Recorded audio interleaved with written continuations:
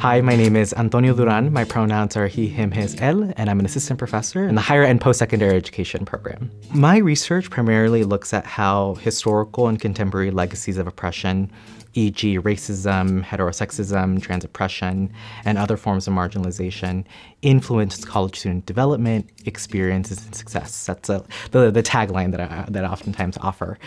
So I'm extremely interested in how college environments, at historically white institutions, Hispanic-serving institutions, help shape outcomes for our college students. And the reason why I think that work is important is because I feel as though we oftentimes assume that college is an absolute good. And as someone who studies higher and post-secondary education, I see the possibilities of it being that way. And yet, I also recognize that we still have a lot of work to do on our college campuses, that it's not enough to simply have our students come and enroll in colleges and universities, but rather that we have to be thinking intentionally about how our practices, our policies, our pedagogy helps serve students, especially those from marginalized backgrounds. And so I'm extremely interested in learning, what is it about what we do that helps serve people from all backgrounds? And how can we shift our work to better attend to those populations? So I oftentimes talk about my own experiences as an undergraduate student at New York University. So a little bit of context, I identify as a first-generation college student. I identify as queer, as a person of color, specifically within the Latinx community.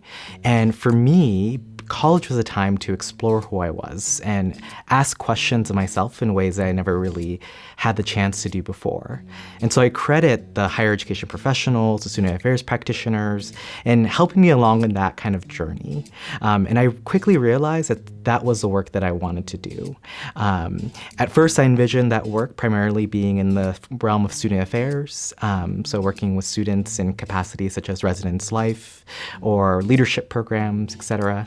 But then I saw that passion slightly shifting and wanting to help prepare the practitioners who are doing that work on college campuses. And that brought me to faculty life within the realm of higher and post-secondary education. So I see such potential in Arizona State having the Hispanic Serving Institution designation, or HSI. That designation means that we have enrolled a specific portion of our undergraduate full-time population as being part of the Latinx AO community, which is exciting. I think that kind of demarcates that we have made an investment in creating access for these groups and these populations. And so that is something that I'm excited about. What I'm also excited about is the work that accompanies that designation. And that is because when we think about HSIs, Hispanic Serving Institutions, scholars, practitioners, educational leaders have question what work goes behind that HSI designation. Because to receive it, you simply have to have the numbers. And yet, people are wondering, well, what is actually being done at institutions to show that we're, in fact, serving Latinx AO populations? As we think about the HSI world, people have made the distinction between, are we actually Hispanic serving, or are we simply Hispanic enrolling? And it is that kind of questioning that I'm really looking forward to bringing into the conversation here of what are the practices that we're engaging to intentionally serve our Latinx AO populations.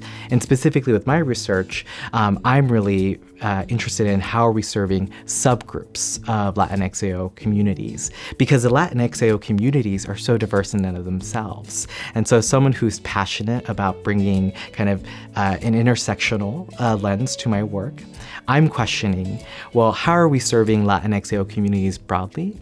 How are we serving our queer and trans Latinx AO people, our first-gen Latinx AO people, our folks from working class backgrounds? And so that's the kind of work that I want to bring into this. I'm currently involved with the Alliance for Hispanic Serving Institution Educators. It's a professional association for HSI professionals. And so I'm hoping to be able to bring some of the conversations that we're having in ASI, for short, to here at ASU. So when I think about higher education in 10 to 20 years, I think we're going to see a lot of the same kind of possibilities and issues occurring.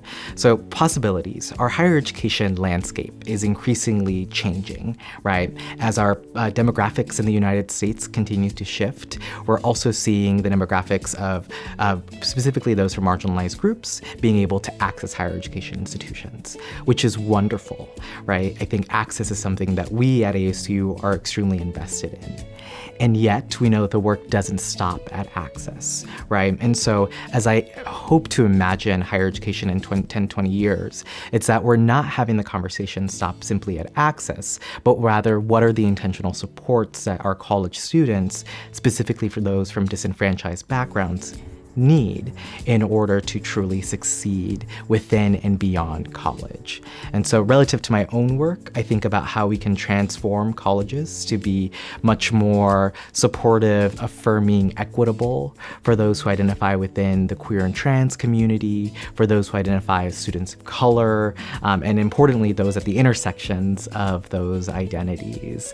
And so I would love to see a radical transformation of services, of how we're teaching, how we're engaging across different environments, both on the broader scale and the kind of smaller scale.